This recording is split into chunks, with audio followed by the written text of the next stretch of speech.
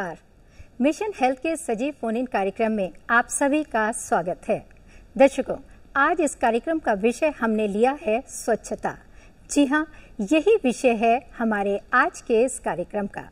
राष्ट्रीय स्वास्थ्य मिशन के द्वारा 1 अप्रैल से 15 अप्रैल तक स्वच्छता पखवाड़ा 2018 मनाया गया। ये पखवाड़ा क्यों मनाया गया, इसका उद्देश्य क्या है, कौन कौन से कार्यक्रम और गतिविधियां हैं, इन्हीं तमाम पहलुओं पर हम बात करेंगे आज के इस कार्यक्रम में। इस विषय से जुड़ा यानी कि स्वच्छता से जुड़ा अगर आपका भी कोई सवाल है, कुछ जानना चाहते हैं या कोई जिज्ञासा है, आप हमें फ़ोन कर सकते हैं। फ़ोन करने के लिए जल्दी से कागज़ और कलम उठाइए, फ़ोन नंबर्स नोट कीजिए। फ़ोन नंबर्स इस प्रकार से हैं 052222055756, दूसरा नंबर 0522228869, तीसरा नंबर 0522407680 और टोल फ्री नंबर है 1800-180-5233। फ़ोन आप ज़रूर करें, लेकिन फ़ोन करने से पहले टीवी सेट की आवाज़ को थोड़ा सा कम कर दें और सवाल को संक्षिप्त रखें। आज आपके सवालों के जवाब देने के लिए स्टूडियो में मौजूद हैं डॉक्टर अर्चना वर्मा। डॉक्टर साहब का ताल्लुक राष्ट्रीय स्वास्थ्य मिशन उत्तर प्रदेश से है। आप महाप्रबंधक क्वालिटी एश्योरेंस है। डॉक्टर साहब, वेलकम टू अवर शो। और हम आपको ये भी बताना चाहेंगे कि आज स्टूडियो में प्रदेश के विभिन्न क्षेत्रों से कुछ पार्टिसिपेंट्स भी तशरीफ लाए हुए हैं जो इस कार्यक्रम में हिस्सा लेंगे, डॉक्टर साहब से सवाल पूछेंगे और जानकारी हासिल करेंगे। आप सभी का स्टूडियो में आने के लिए बहुत बहुत स्वागत है। और मैं आप सभी लोगों से गुजारिश करना चाहूँगी कि अगर आप लोगों के मन में कोई सवाल आए या कुछ जानना चाहते हैं तो आप लोग एक एक करके अपने सवाल डॉक्टर साहब से पूछ सकते हैं और मालूमात हासिल कर सकते हैं। तो बस शुरू करते हैं हम अपना आज का ये कार्यक्रम। डॉक्टर साहब, ये हमारा लाइव फोन इन कार्यक्रम है, तो जाहिर सी बात है कि कॉलर्स के फ़ोन आने शुरू हो जाएंगे। लेकिन उससे पहले मैं आपसे ज़रूर जानना चाहूँगी कि ये जो पखवाड़ा मनाया जा चुका है, स्वच्छता से सिद्धि, ये क्यों मनाया गया और आखिर इसका उद्देश्य क्या है? मैं थोड़ा सा इसका बैकग्राउंड आपको बताना बिल्कुल बताइए डॉक्टर साहब। ये जो पखवाड़ा अभी मनाया गया, जिसका थीम लाइन आपने बोली स्वच्छता से सिद्धि जी। इससे पहले एक पखवाड़ा और मनाया गया था 17 सितंबर 2017 से 2 अक्टूबर 2017 तक जी। जिसका थीम लाइन थी स्वच्छता ही सेवा। ये दोनों ही पखवाड़े जो मनाए गए, तो जो आप ये राष्ट्रीय स्वास्थ्य मिशन के अंतर्गत जो ये प्रधानमंत्री जी ने एक योजना शुरू की थी स्वच्छ भारत अभियान के नाम से जी। उसी के अंतर्गत ये पखवाड़े मनाए जा रहे हैं। अच्छा। और इनका उद्देश्य ये है कि चिकित्सालयों में या हमारे आसपास चिकित्सालय परिसर में जी। चिकित्सालय के अंदर बाहर सभी जगह साफ सफाई व्यवस्था जो है वो सुदृढ़ की जाए। सफाई में एक्टिव पार्टिसिपेशन दें जो लोग वहां आ रहे हैं, रोगी, उनके साथ आने वाले जो उनके परिजन हैं वो जी। कुछ लोकल एनजीओज या और कुछ और स्वयंसेवी संस्थाएं जो भी हैं वो उसमें अपना सहयोग एक्टिव दे सकती हैं, जिससे कि स्वच्छता को बढ़ाया जा सके। अच्छा, मकसद ये है कि स्वच्छता मतलब एक कदम स्वच्छता की ओर जरूर बढ़ाना चाहिए जी।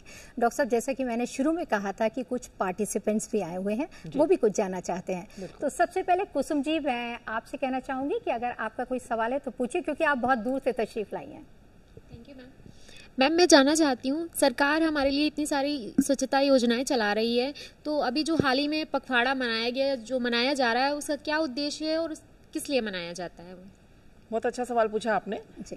ये बात सच है कि स्वच्छता से संबंधित बहुत सी योजनाएं चल रही हैं, तो ऐसे में पखवाड़ा मनाया जाना, इसका उद्देश्य आपके सामने मैं रखती हूँ।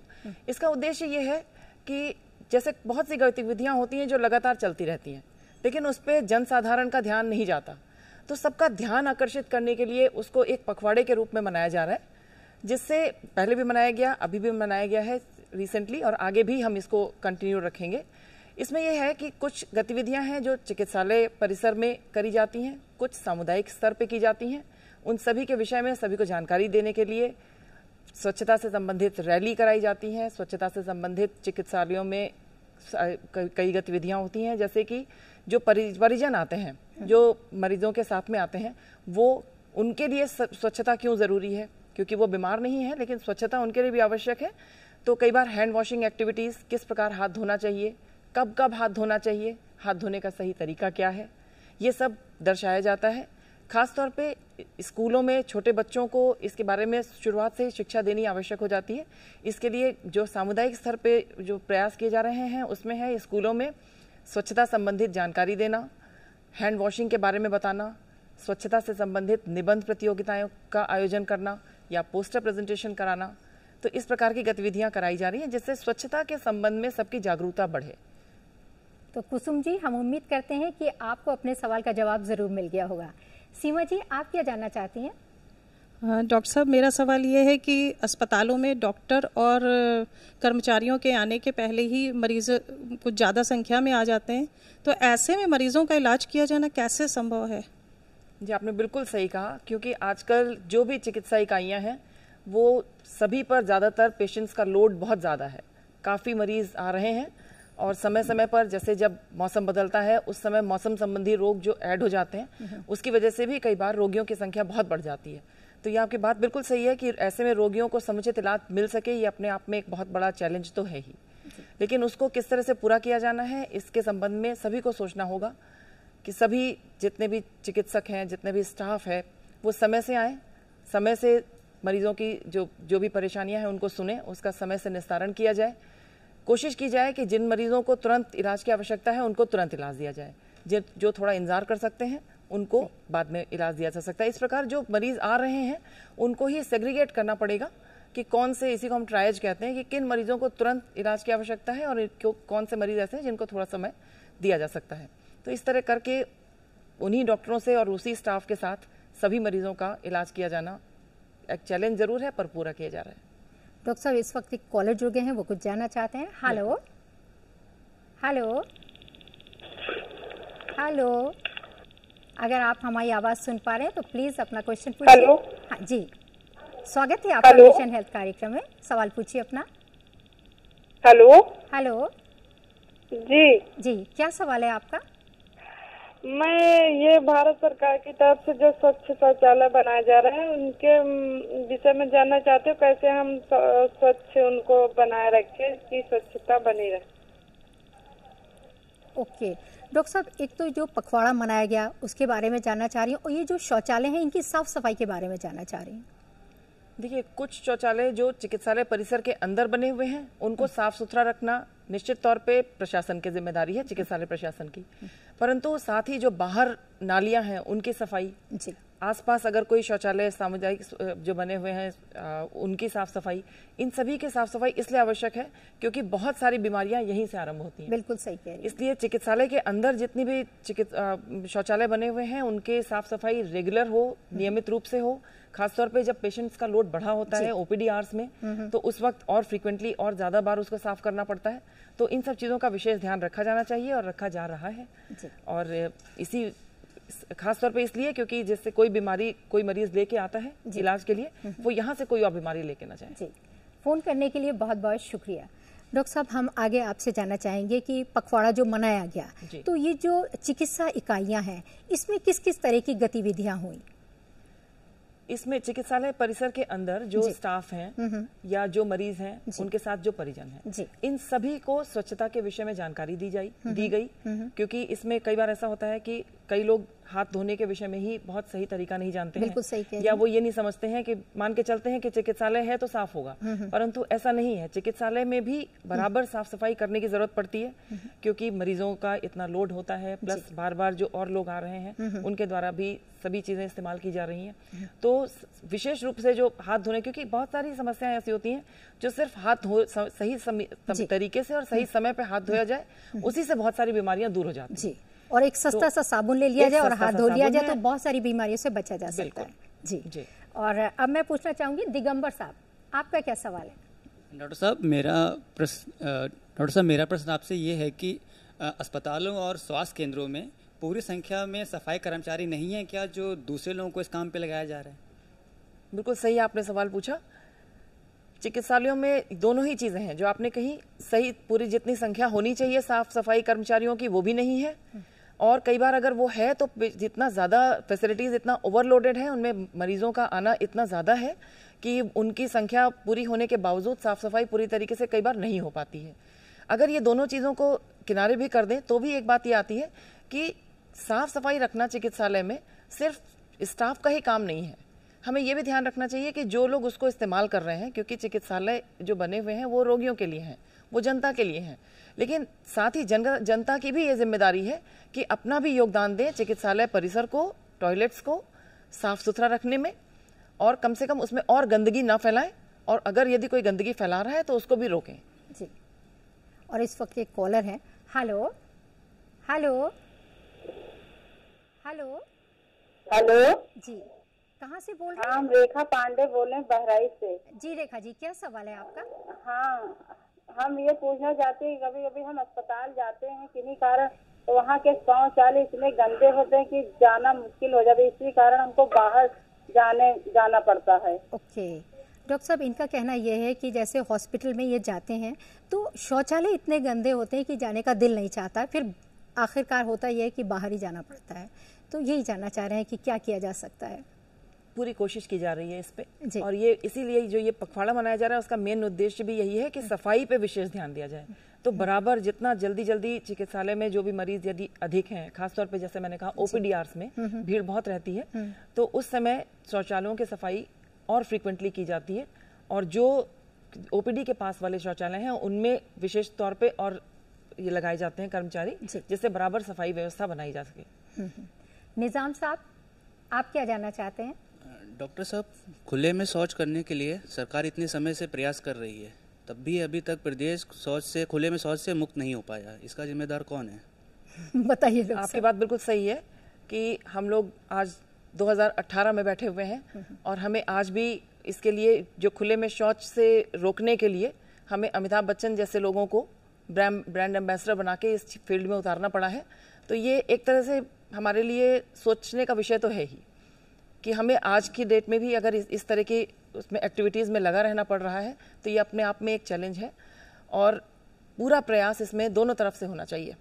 ये इसमें बहुत ज़्यादा समाज की सहभागिता बहुत ज़रूरी है। आपने सुना भी होगा कि कई जगहों पे महिलाएं इसके लिए आगे आई हैं, विशेष तौर पे जिन लोगों की नई शादी हुई और उन्होंने देखा कि घरों में शौचालय नहीं है, तो वे अपने मायके वापस लौट गई, और तब तक नहीं लौट के आई जब तक शौचालय बन नहीं गया।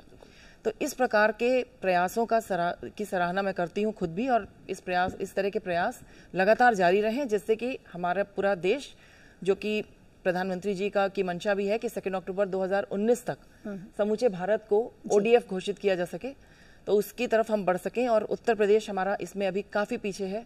आज की डेट में भी 820 में से सिर्फ 42 ब्लॉक ऐसे हैं जो ODF घोषित किए जा चुके हैं। बाकी सभी ब्लॉक्स में अभी भी खुले में शौच की समस्या बनी हुई है। तो मेरी आप सभी से अपील भी है कि इस संबंध में जो भी किया जा सकता है उसमें ज़रूर अपनी भी सहभागिता ज़रूर दें और इसको सफल बनाएं। जी, शुक्रिया निजाम साहब। और अब यहाँ पे रुकते हैं एक छोटे से ब्रेक के लिए, कहीं जाइएगा नहीं, देखते रहिए आप हमारा कार्यक्रम mission health. Welcome back after the break.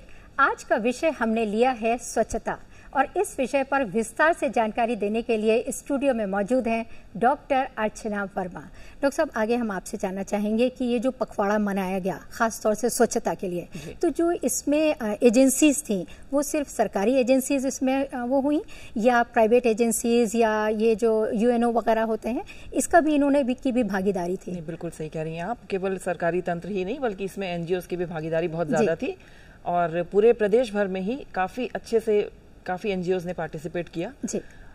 उन लोगों ने आके, कुछ स्वयंसेवी संस्थाओं ने आके साफ सफाई में विशेष ध्यान दिया और साफ सफाई की, बल्कि चिकित्सालय में जाके कुछ ने वहाँ पर जो घास वास उगी हुई थी या कोई आवारा पशु वगैरह घूम रहे थे उनको पकड़वाने में मदद की, और कुछ लोगों ने जाके वहाँ पे सोप डिस्ट्रीब्यूशन किया है। अच्छा। और किस तरह से साफ पानी और साबुन के इस्तेमाल से हाथों को साफ रखा जा सकता है, कब कब हाथ धोने चाहिए, इसके बारे में जानकारी दी है जी। कुछ लोगों ने ये बताया कि चिकित्सालय के साफ सफाई रखना क्यों जरूरी है, परिजनों को इसके बारे में जानकारी दी, और ये भी कहा कि यदि कोई सफाई मतलब कोई अगर गंदगी फैलाता मिलता है तो उसको भी इसके बारे में जानकारी जरूर दें। अच्छा। कि इसकी आवश्यकता क्यों है जी, जिससे कि उसकी निरंतरता बनाई जा सके। होता यह है कि पखवाड़े के दौरान जब NGOs आते हैं या कोई इंस्पेक्शन के लिए आ जाता है तो साफ सफाई काफी अच्छी हो जाती है, लेकिन उसकी निरंतरता बनाए रखना इसलिए जरूरी है क्योंकि अगर आज गंदगी है साफ कर दी गई और कल फिर से कर दी गई, फिर वहाँ पे गंदा हो गया, तो निरंतरता जहाँ टूटेगी वहीं पे रोगाणु और पनपेंगे। बिल्कुल सही। तो इसको बराबर जो एक शपथ ली गई स्वच्छता की, उसको निभाना बहुत जरूरी है। डॉक्टर साहब एक कॉलर है बाराबंकी से, Nandswaroop Mishra. Hello hello hello. हाँ नमस्ते मैडम। नमस्ते। मैं नंदस्वरूप मिश्रा हूँ, गाँव मेरा बसौली पता। मैं जानना चाहता हूँ जो अस्पताल होते हैं जिसमें मरीज जाते हैं, एक दो हेल्पर लोग जाते हैं उसकी सेवा करने के लिए, वो होता क्या जब वहाँ शौच के लिए लोग जाते हैं तो एक कहावत है ना कि खाने के पहले हाथ धोना चाहिए, शौच के बाद हाथ धोना चाहिए, और वहाँ साबुन या निर्मक ऐसी कोई व्यवस्था नहीं होती। तो ऐसी दशा में जो हाथ होनी चाहिए नहीं हो पाती है, तो वहाँ हमको क्या करना चाहिए जिससे सफाई रहे, जिससे स्वच्छ भारत मिशन का अभियान भी पूरा हो सके? बिल्कुल सही है, बताइए डॉक्टर साहब। इन्होंने ये पूछा कि मतलब हमारी तरफ से क्या प्रयास किए जाने चाहिए। जी, एक्चुअली कह रहे हैं जैसे साबुन वगैरह नहीं होता है वहाँ पे, हैंड वॉश वगैरह, तो उसके लिए क्या करना चाहिए? उसके लिए चिकित्सालयों में कैसे हाथ धुलेंगे? आमतौर पे देखा जाता है जब नहीं होता है तो गांव वाले मिट्टी से हाथ धो लेते हैं। बिल्कुल, मिट्टी से हाथ, तो जाहिर सी मिट्टी से हाथ साफ तो नहीं हुए, गंदे हो गए। बिल्कुल, हाथ तो क्या किया जा सकता है? जी, अगर साबुन नहीं है तो पहले तो प्रशासन को जहाँ पर भी कुछ जगहों को चिकित्सालयों में रोगी सहायता केंद्र है या कोई और रिसेप्शन पे बैठे होते हैं या जहाँ पे पर्चा बनता है उनको इन्फॉर्म करना चाहिए, जिससे कि वहाँ पे तुरंत सफाई के लिए साबुन की व्यवस्था की जाएगी और तुरंत की भी जाती है। और यदि साबुन है तो उसका सही तरीके से इस्तेमाल करें। जी, तो बहुत बहुत शुक्रिया नंदस्वरूप मिश्रा जी।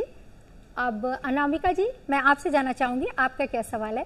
मैम, मैं आपसे जानना चाहूंगी कि कायाकल्प जो स्कीम है, इससे चिकित्सालय में आने वाले रोगियों को क्या फायदे हैं? थोड़ा सा कायाकल्प अवार्ड स्कीम के बारे में भी मैं आपको बताना चाहूंगी। हम ये भी जानना चाहेंगे जो स्वच्छता से जुड़ा हुआ कायाकल्प पुरस्कार योजना है उसके बारे में जरा बता दीजिए। कायाकल्प अवार्ड योजना 2015 में आरंभ की गई। 15 मई 2015 को स्वच्छ भारत अभियान के अंतर्गत ही इसको भी लॉन्च किया था माननीय प्रधानमंत्री जी ने। और इसका उद्देश्य वही था कि चिकित्सालय परिसर में साफ सफाई हो, जो चिकित्सालय में बायोमेडिकल वेस्ट निकलता है, बायोमेडिकल वेस्ट का अर्थ है जो रोगियों को संपर्क में आने वाली जो पट्टियां हैं या जो अन्न द्रव्य हैं या जो भी और कंज्यूमेबल्स हम कहते हैं, उस तरह की जो भी बायोमेडिकल वेस्ट है उसका निस्तारण किस तरह किया जाना चाहिए, क्योंकि साधारण कूड़े से ये कूड़ा इस मामले में भिन्न होता है क्योंकि इससे बीमारियां दूसरे तक भी पहुंच सकती हैं। तो इसका निस्तारण विशेष रूप से किया जाता है, उस पर ध्यान दिया जाना, साफ सफाई पे ध्यान दिया जाना, साफ सफाई के लिए कितना आईसी मटेरियल कितना लगा हुआ है और उससे संबंधित कितना लोगों को जानकारी दी जा रही है, प्लस जो चिकित्सालय में जो सपोर्ट सर्विसेज हम कहते हैं जैसे लॉन्ड्री की व्यवस्था है, सिक्योरिटी की व्यवस्था है, तो या खाने के भोजन की व्यवस्था है, इन सभी में निर्धारित जो मानक होते हैं साफ सफाई के वो पूरे हो रहे हैं या नहीं। तो इस तरह करके एक पूरी चेकलिस्ट आप कह सकते हैं कि भारत सरकार द्वारा एक विकसित की गई कि किस प्रकार से चिकित्सालयों की साफ सफाई को मापा जा सकता है। तो उस पैमाने पे एक तरीके से इस चिकित्सालयों का आंकलन किया गया और एक निश्चित प्रक्रिया अपनाई गई कि किस प्रकार यदि कोई चिकित्सालय है जो सभी मानकों को पूरा कर रहा है, 70% उसका कट ऑफ रखा गया कि 70% से अधिक यदि उसने अचीव कर लिया है तो उनको फिर 2 स्टेजेस और हैं जिसमें असेसमेंट किया गया और फाइनल उसका जब असेसमेंट हुआ जिसमें एक टीम बनाई गई जिसमें SGPGI से लोग हैं और मेडिकल कॉलेजेस के लोग हैं, एक तरह का थर्ड पार्टी इवैल्यूएशन है, उसमें चिकित्सालय से अलग भी लोग होंगे जो चिकित्सालय के को मानकानुसार परखेंगे। अगर उसमें 70% से अधिक अंक चिकित्सालय अर्जित करता है जिसको हम एक्सटर्नल असेसमेंट कहते हैं, तो फिर चिकित्सालय अवार्ड के लिए अर्ह हो जाता है या उसके लिए योग्य हो जाता है। इस प्रकार का आकलन हम लोगों ने किया, सारी जितने भी हमारे डिस्ट्रिक्ट लेवल के हॉस्पिटल्स हैं उनका, जितने हमारे चिन्हित सामुदायिक स्वास्थ्य केंद्र हैं और कुछ प्राथमिक स्वास्थ्य केंद्र हैं, उनका इसी प्रक्रिया से आकलन किया गया और उनको अवार्ड के लिए चुना गया। आपको जानकर खुशी होगी कि लास्ट ईयर हमारे पास पूरे प्रदेश में 42 इकाइयाँ थी जो अवार्ड जिनको मिला था, लेकिन इस साल 116 इकाइयाँ हैं जिनको ये अवार्ड मिला है और हम चाहेंगे निरंतर इसमें बढ़ोतरी होती रहे और सभी चिकित्सालय कम से कम एक बे मिनिमम जिसको लेवल कहते हैं वो सफाई का उसको अचीव कर सकें। जी डॉक्टर साहब, एक कॉलर लाइन पे हैं। हेलो हेलो जी, हेलो हेलो, प्लीज अपना नाम बताइए और सवाल पूछिए। आपसे गुजारिश है कि आप अपने टीवी सेट की आवाज को थोड़ा सा कम कर दीजिए, अदरवाइज आप मेरी आवाज को नहीं सुन पाएंगे। हेलो, जल्दी कीजिए प्लीज, वक्त कम है हमारे पास। हेलो, लगता है डॉक्टर साहब फोन डिस्कनेक्ट हो गया। आशा जी, आप बताइए, आपका क्या सवाल है? हमारा ये सवाल है कि जो सरकारी हॉस्पिटल होते हैं उसमें पुरुषों के और महिलाओं के शौचालय तो होते हैं परंतु दिव्यांगों के दिखाई भी नहीं देते। बताइए डॉक्टर साहब। और ये बात सच है कि दिव्यांगों को भी जरूरत होती है। दिव्यांगों की तो बहुत जरूरत है जी। बहुत वैलिड क्वेश्चन आपने पूछा है। और जो ये हमारी कायाकल्प अवार्ड स्कीम है, इसका एक मेन ऑब्जेक्टिव भी यही है कि जो शौचालय हैं, शौचालय ही नहीं बल्कि पार्किंग में भी दिव्यांगों के लिए स्पेशल फोकस रखा जाना जरूरी है कि उनको पार्किंग ठीक से मिल सके। साथ ही आपने बिल्कुल सही कहा कि दिव्यांगों के लिए शौचालय में विशेष व्यवस्था होनी चाहिए, जिसमें रेल्ड हम लोग वो लगाए रहते हैं, हैंडल्स होते हैं जिसको पकड़ के जा सकें, या व्हील चेयर से अगर जा रहे हैं तो वो सीधे जा सके। तो अब जो ये कायाकल्प अवार्ड स्कीम से अब जो जागरूकता आई है, उसमें धीरे धीरे करके चिकित्सालयों में दिव्यांगों के लिए विशेष शौचालय बनाए जा रहे हैं। काफ़ी सारे चिकित्सालयों में बन गए हैं और बाकी सभी में बनाए जा सके, ये हमारी सोच है और हम इसको लेके आगे बढ़ रहे हैं। जी, मिशन हेल्थ का सिलसिला यूं ही चलता रहेगा, लेकिन एक छोटे से ब्रेक के बाद कहीं जाइएगा नहीं, स्टे ट्यून। मिशन हेल्थ कार्यक्रम में आपका एक बार फिर से स्वागत है। आज हम बात कर रहे हैं स्वच्छता के ऊपर और स्टूडियो में मौजूद हैं जानी मानी एक्सपर्ट डॉक्टर अर्चना वर्मा।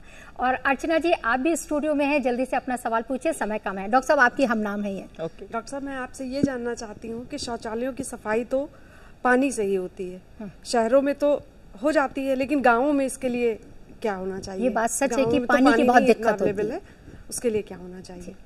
ये आपकी बात सही है कि शौचालयों की सफाई समुचित रूप से की जानी बहुत आवश्यक है, चाहे वो शहर हो या गांव हो, क्योंकि बीमारियों का वाहक हमेशा वहीं पे हमें अपना जिसको ब्रेक करने की जरूरत है वो करना बहुत ज़रूरी है।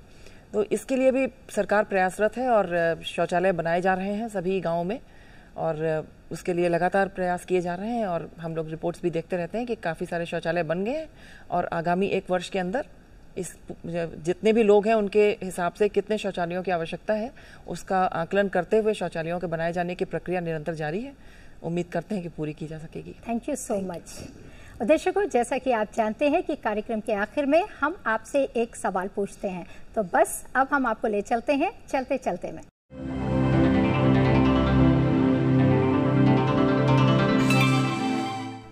तो बस वक्त हो गया, जल्दी से कागज और कलम उठाइए और नोट कीजिए आज का प्रश्न। हमारा आज का प्रश्न है, स्वच्छता से संबंधित कायाकल्प पुरस्कार योजना क्या है? जी हाँ, यही सवाल है और इस सवाल का जवाब आप हमें जल्द से जल्द डाक या ईमेल के जरिए भेज सकते हैं। इसके लिए नोट कीजिए आप हमारा पता और ईमेल। हमारा पता है प्रस्तुतकर्ता मिशन हेल्थ, कमरा नंबर 205, दूरदर्शन केंद्र 24 अशोक मार्ग, लखनऊ 226001, और हमारा ईमेल आईडी है missionhealth.ddupLko@gmail.com। आप हमें खत जरूर लिखें, हमें आपके खत का बेसब्री से इंतजार रहेगा। और इसी कामना के साथ आप स्वस्थ रहें, सुखी रहें, हंसते रहें, मुस्कुराते रहें और मिशन हेल्थ कार्यक्रम जरूर देखते रहें। इसी के साथ डॉक्टर साहब, मैं आपसे भी विदा लेती हूँ। आप स्टूडियो में आई और व्यूअर्स को इतनी इंपॉर्टेंट जानकारी दी, थैंक यू सो मच। मुझे मौका देने का आपको भी धन्यवाद।